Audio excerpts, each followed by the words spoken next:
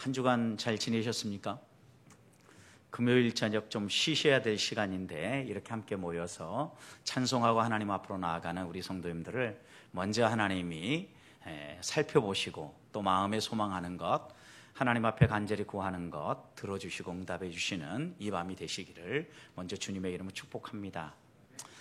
5월 가정의 달, 그리고 또 오늘은 오늘 우리가 이 자리에 있도록 우리를 가르쳐주고 우리를 이끌어준 선생님에 대하여서 먼저 태어나서 깨닫고 배움바들을 깨우친 진리와 도리들을 우리에게 가르쳐주시고 우리에게 잘 지도해 주신 선생님들에게 감사하는 스승의 날이기도 합니다. 생각해 보십시오. 우리가 이 가정의 달에 이렇게 건강하게 우리가 설 수 있도록 어떤 은혜를 하나님이 주셨는지, 태어나자마자 만약에 우리에게 부모님이 없었다고 하면 어떻게 우리가 이 자리에 있었겠습니까? 부모님의 은혜 빼놓을 수 없죠. 또 자라가면서 형제 간에 자매 간에 우애하며 서로 티격태격 싸우기도 하지만 그 안에서 어떻게 더불어 살아갈 것인가를 배우는 이런 좋은 가족을 주신 것에 대해서도 감사가 되죠. 또 한 사람이 성장할 때 좋은 친구들, 또래 집단 안에서 여러 친구들과 함께 교제하면서 서로 배우고 또 자기 자림을 매기고 내가 이런 사람이구나, 자기 정체성을 확인하고 성장하죠. 결국 먼저 태어나서 우리에게 좋은 가르침을 주시는 선생님만이 아니라 때로는 친구가 선생님이 되기도 하고 부모님이 선생님이 되기도 하고 가족이 선생님이 되기도 하는 겁니다. 그런 점에서 오늘 내가 이 자리에 서서 믿음의 길을 걸어가고 하나님의 사람으로 또 이 세상 속에서 사람답게 살 수 있도록 누군가가 보탬이 되고 누군가가 도움을 줬다고 하면 잊지 말고 또 이번 주가 지나가기 전에 감사합니다, 고맙습니다 이렇게 문자라도 한번 드리면서 그 감사를 표현할 수 있는 성도들이 될 수 있기를 먼저 주님의 이름으로 축복합니다. 감사를 알아야 합니다. 감사는 우리 인생을 바꿔놓기 때문입니다. 감사하다 보면 감사할 조건들을 우리가 생각하지요. 그런데 어려운 환경에서도 분명히 부모님이 내가 기대한 것만큼 다 해주지 못했어도 부모님에 대해서 감사할 마음을 가지고 하나하나 찾기 시작하면 못해준 것보다는 부모님이 내게 베풀어 주신 것들이 더 생각나게 되겠죠. 그러면서 그 감사가 좀 더 실제적이 되고 부모님의 그 가르침이 내 삶에 묻어나서 그래, 부모님 말씀 듣고 내가 순종하며 살아가는 것이 진짜 행복한 삶을 사는 길이지. 어머님, 아버님 고맙습니다. 이렇게 우리들이 고백할 수 있지 않겠습니까? 이것만이 아닙니다. 분명히 우리에게 이런 우리 곁에서 우리를 세워주는 사람들이 있었기 때문에 여기 있지만 성경은 좀 더 분명하게 우리에게 우리를 지혜롭게 만들고 사람답게 살게 만들고 또 이 세상 속에서 하나님의 백성답게 살게 해주는 것이 있다라고 이야기를 하는데 시편 119편 98절부터 100절 말씀을 보면 그것이 하나님의 말씀이다 이렇게 이야기를 합니다. 거기에는 세 비유가 나오죠. 스승의 비유가 나오고 또 노인의 비유가 나오고 우리를 자꾸 넘어뜨리려고 공격하는 원수의 비유가 나옵니다. 그런데 하나님의 말씀을 사랑하고 그 말씀을 지켜 행하면 나를 공격하여 넘어뜨리려고 하는 원수보다도 우리가 더 지혜롭고 명철하게 살아갈 수 있고 나에게 학문의 세계를 열어주고 이 땅에서 자리매김을 하게 해준 선생님보다 더 지혜롭게 살 수 있을 뿐만 아니라 나를 이 땅에 태어나서 살아가도록 해주는 부모님보다도 더 뛰어난 삶을 살 수 있게 된다라고 하나님의 말씀은 약속해 줍니다. 그렇다면 오늘 우리들이 다시 한 번 더 이렇게 감사하면서 한 가지 더 보태어서 감사해야 될 대상이 있습니다. 말씀의 세계를 우리에게 깨우쳐 주시고 말씀을 읽으면 이 말씀이 무엇인가를 알게 해주신 하나님의 은혜, 내게 좋은 친구도 붙여주시고 좋은 부모님도 붙여주시고 좋은 선생님도 만나게 해주신 분이 누구십니까? 하나님 아버지죠. 그 하나님의 은혜에 감사하면서 하나님의 마음, 하나님의 뜻, 하나님의 계획이 담긴 말씀을 가까이 하면서 이 세상에 그 무엇보다도 더 우리를 지혜롭게 하시는 그 말씀을 힘입어서 하나님의 백성답게 더 멋지게 살아가는 우리 성도들이 되기를 주님의 이름으로 축복합니다. 주의 말씀을 늘 가까이 하는 것, 그래서 복 있는 사람의 특징이다라고 시편 1편은 노래하지 않습니까? 항상 하나님의 말씀을 가까이 한다는 것은 하나님을 항상 가까이 한다는 것이고, 하나님을 항상 가까이 한다는 것은 하나님이 내게 어떤 계획을 가지고 계시는지를 묵상하며 산다는 것입니다. 한 주간 지내는 동안 이렇게 하나님을 묵상하고 사셨습니까? 코로나19가 좀 잠잠해지는가 싶었더니 이제 좀 우리가 마스크도 벗고 우리가 함께 일상생활로 돌아갈 날이 얼마 멀지 않았다라고 이렇게 생각을 했는데, 어느 날 갑자기 이태원에 확진자들이 나오기 시작하더니 줄어들지 않고 있습니다. 이런 일들을 보면서 우리가 감염에 대한 두려움 가운데 외출 자체도 완전히 금하고 완전히 웅크려 들어가기보다는 오히려 우리가 하나하나 지켜야 될 방역 수칙들을 지키면서 하나님께서 우리에게 이제 좀 더 멀리 내다보면서 어떻게 우리의 일상을 하나하나 적용하고 우리의 일상생활 가운데 하나님의 백성답게 살라고 하는지를 우리가 좀 들어야 할 때입니다. 여러분, 이렇게 힘들고 어려울 때마다 제일 보이지 않는 존재가 있는데, 사람이 고난을 겪고 사람이 힘든 일들을 만날 때마다 제일 멀어지는 존재가 있는데 바로 하나님이라고 이야기를 합니다. 왜냐하면 모든 사람들이 하나님을 찾고 하나님을 갈망하는데, 그 하나님이 가까이 계셔서 그 하나님이 우리를 위해서 무언가를 해줄 때에는 하나님이 내 편이고 하나님이 정말 살아계시는구나 이렇게 생각을 하지만, 기도하고 하나님 앞에 나아가서 간구해도 오히려 상황이 더 나빠지고 내 삶의 변화가 일어나기 원하는 것들이 오히려 더 나쁜 쪽으로 흘러가면 하나님에 대한 신뢰가 흔들거리기 시작합니다. 그나마 우리처럼 이렇게 이런 우여곡절을 겪으면서 신앙생활에 온 믿음의 어머님, 아버님들은 그나마 다행입니다. 그런데 우리의 자녀 세대들 보십시오. 이런 아픔을 겪고 나면 완전히 주저앉아 버립니다. 하나님 정말 살아계신 게 맞아? 아빠, 엄마, 나는 그 하나님 안 믿어져. 이렇게 이야기하는 방향으로 나아간다는 겁니다. 그래서 이런 시대일수록 우리가 먼저 본을 보이면서 우리의 자녀와 함께 우리의 가정을 어떤 가정으로 만들어 가야 될 것인가? 오늘 본문은 우리를 향하여서 하나님을 찾는 가정이 되어라, 하나님을 찾는 부모가 되어라, 하나님을 찾는 것을 자녀들에게 전수해주고 자녀들에게 물려줄 수 있는 그런 부모가 되어라, 하나님을 어떻게 찾고 하나님을 어떻게 배워야 되는지에 대해서 가르쳐줄 수 있는 선생님이 되어라 라고 오늘 말씀은 우리에게 분명히 이야기를 합니다. 바울은 복음을 전하는 일을 하려고 할 때마다 괴롭히는 사람들이 있었습니다. 주로 유대인들이 바울을 더 잘한다고 하는 사람들이 바울을 괴롭혔지 않습니까? 지금 오늘 사도행전 17장의 본문은 아테네에서 복음을 전할 때의 상황을 묘사하고 있는 겁니다. 그런데 그곳에서부터 약 한 300km 정도 떨어진 곳에 베레아라는 지역이 있는데, 바울이 아덴으로 오기 전 바로 전에 복음을 전했던 곳이 베레아 지역입니다. 역시 이 베레아 지역에서도 열심히 말씀을 사모하는 사람들에게 말씀을 가르쳤는데, 그가 왜 이곳에서 떠나오게 됩니까? 그곳에 복음이 충분히 전해졌기 때문입니까? 그게 아니었습니다. 대적하는 사람이 있었기 때문에 어쩔 수 없이 떠나왔는데 300km나 이동해 왔습니다.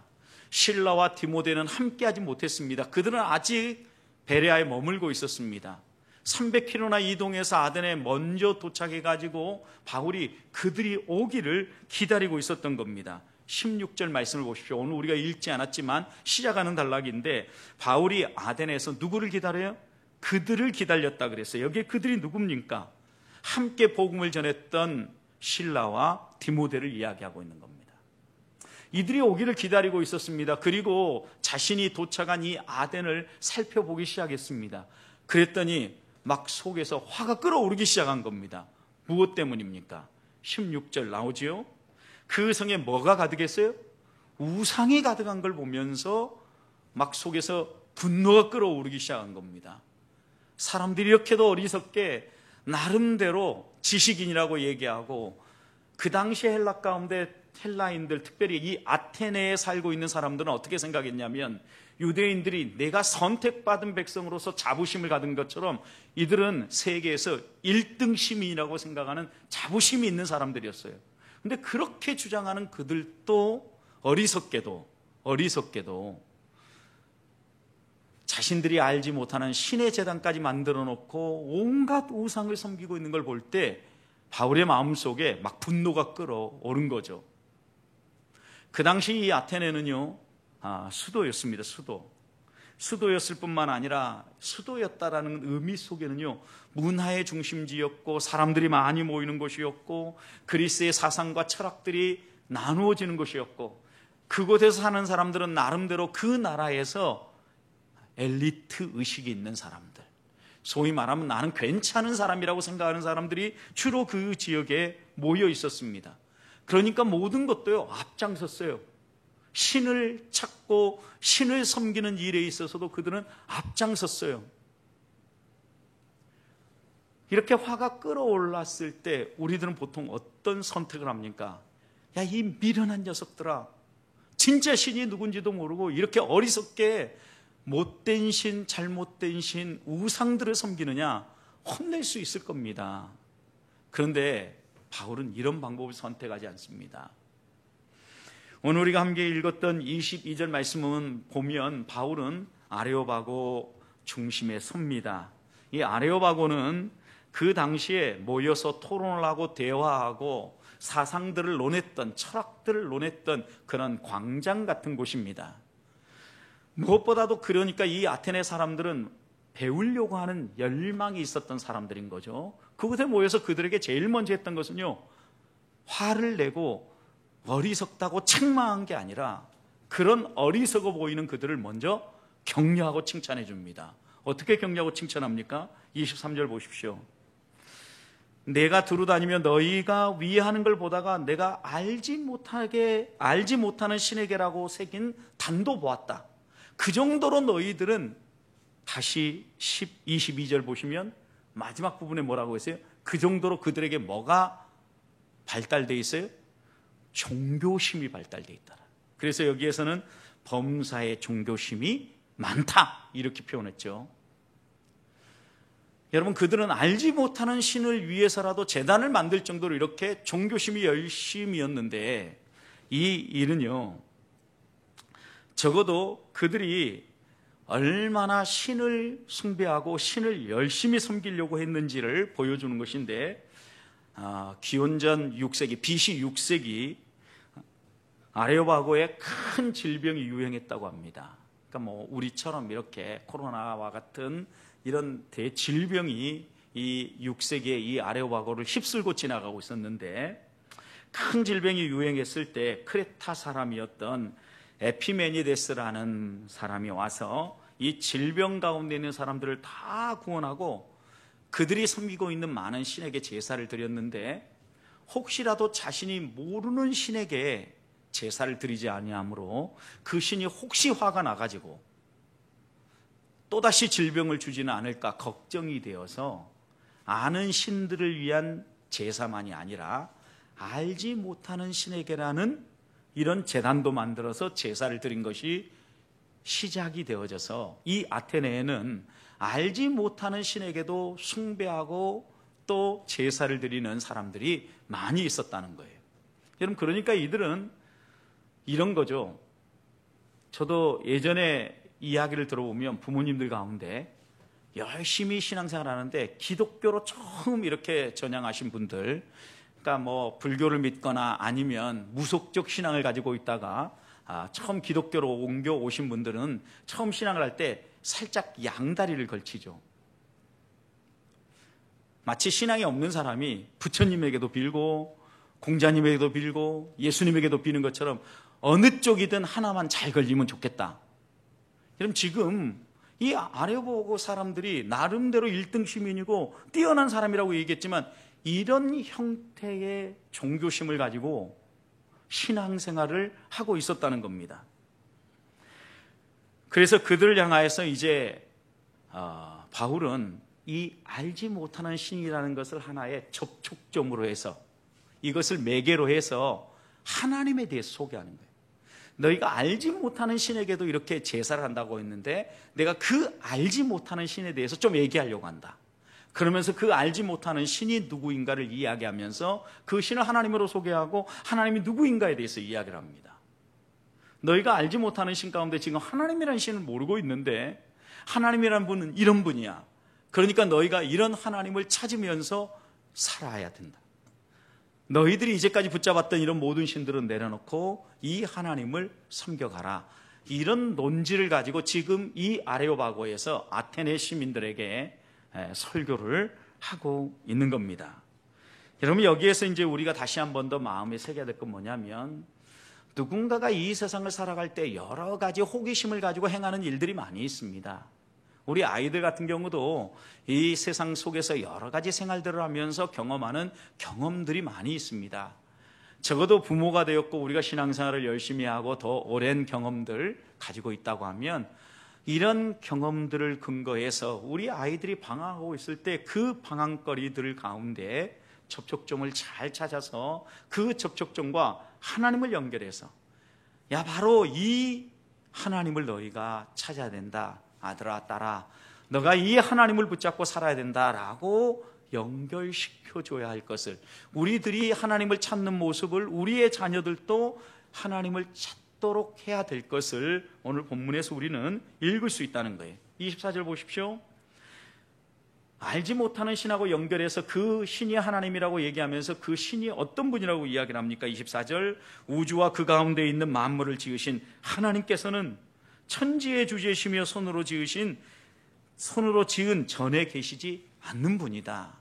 그러니까 하나님은 천지 만물을 창조하신 창조주라고 지금 이야기를 하고 있고, 사람의 손으로 만든 어떤 장소에 신전이나 성전 같은 이런 곳에 갇혀 계시는 분이 아니라는 거죠.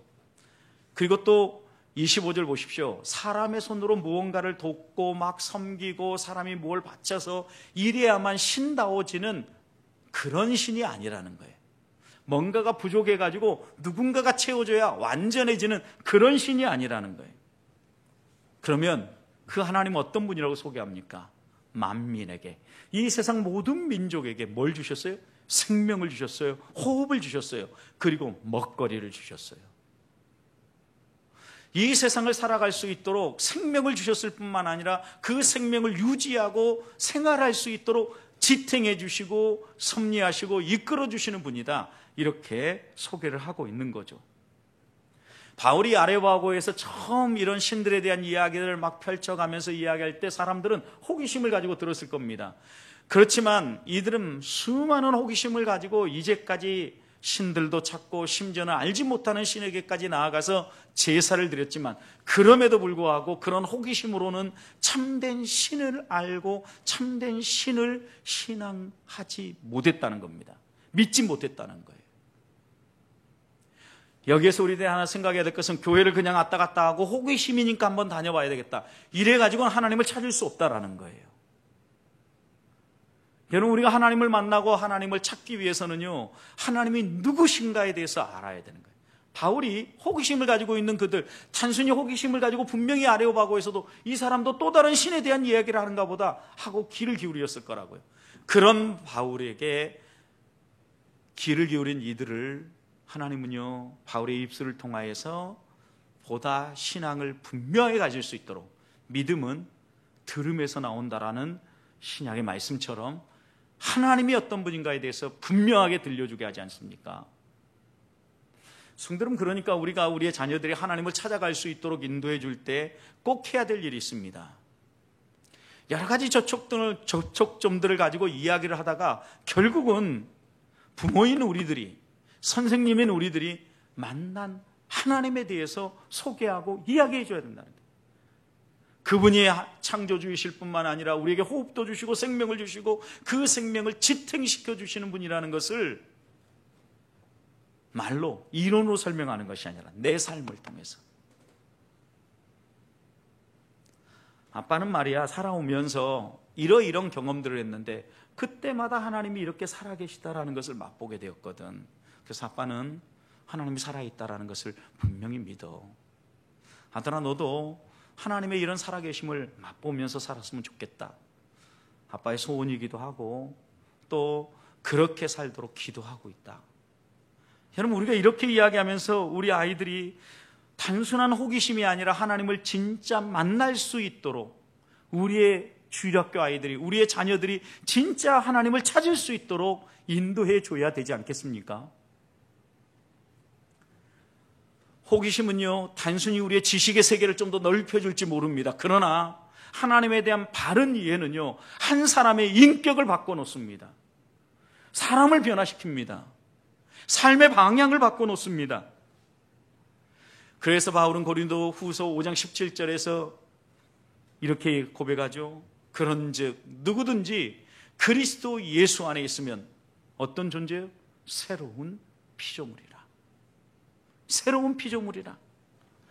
사랑하는 성도 여러분, 이전 것은 다 지나가 버린 완전히 새 것, 새로운 피조물.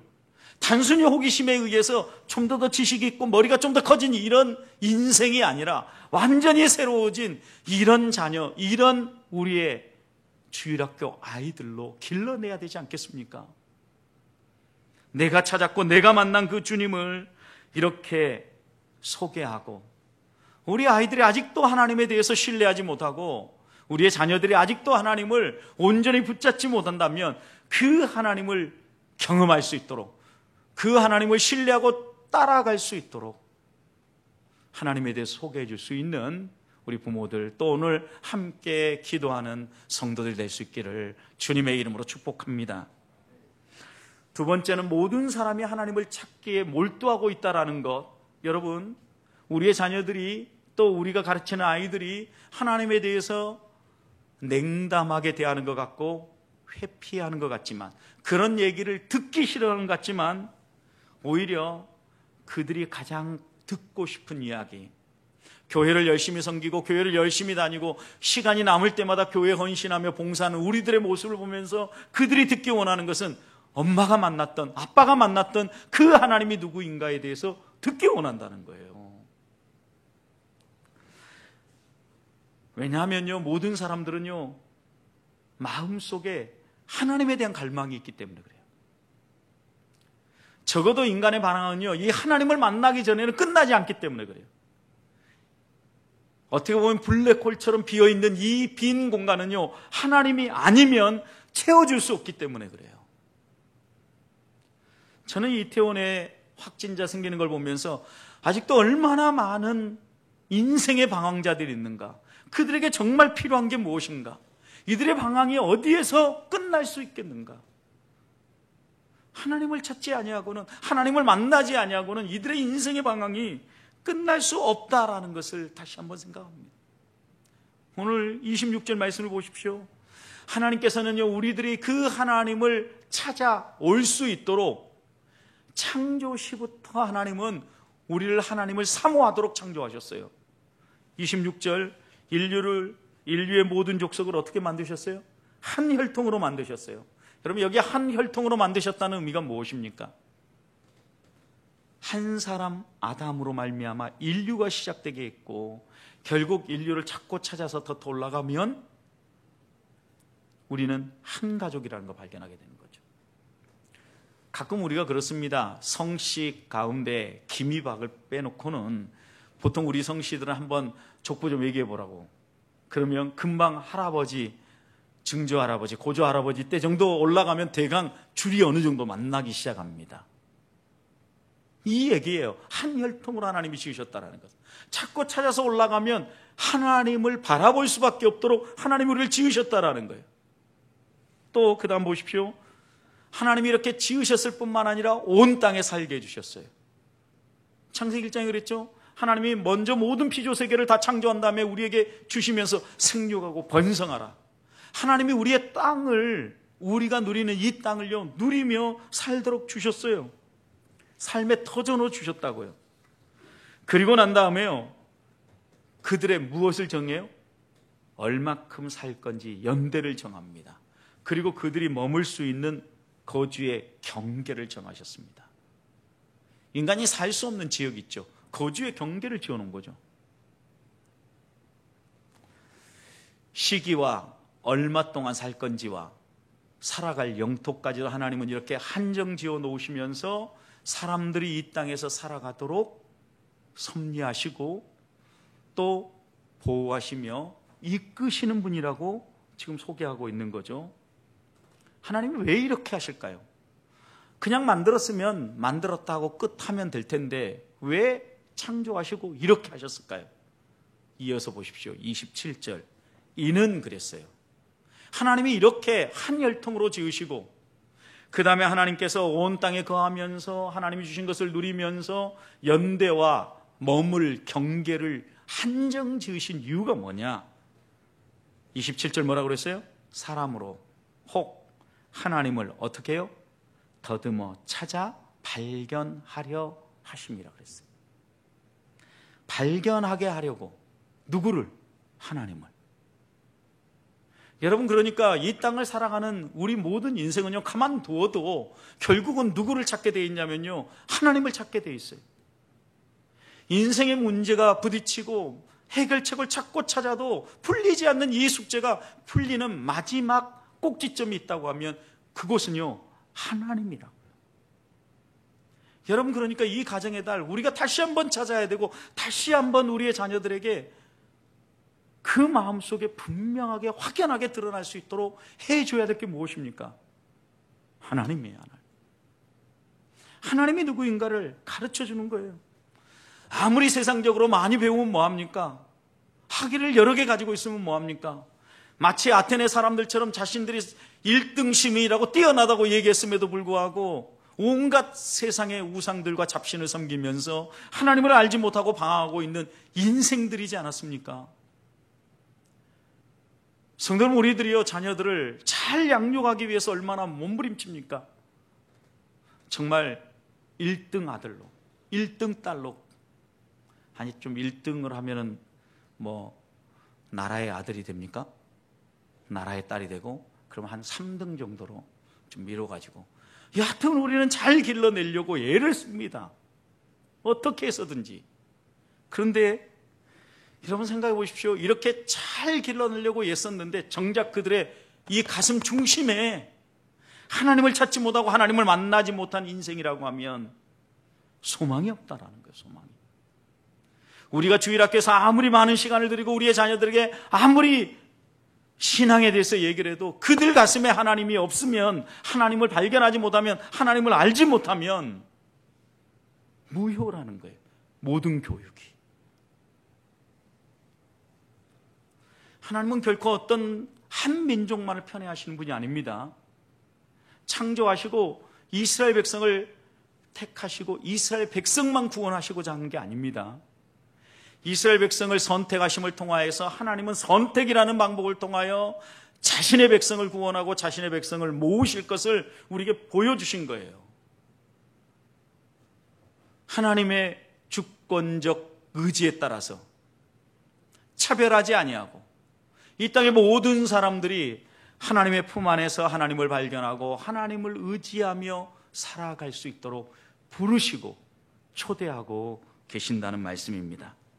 그렇다면 우리들이 이런 하나님 앞에서 어떻게 반응해야 합니까?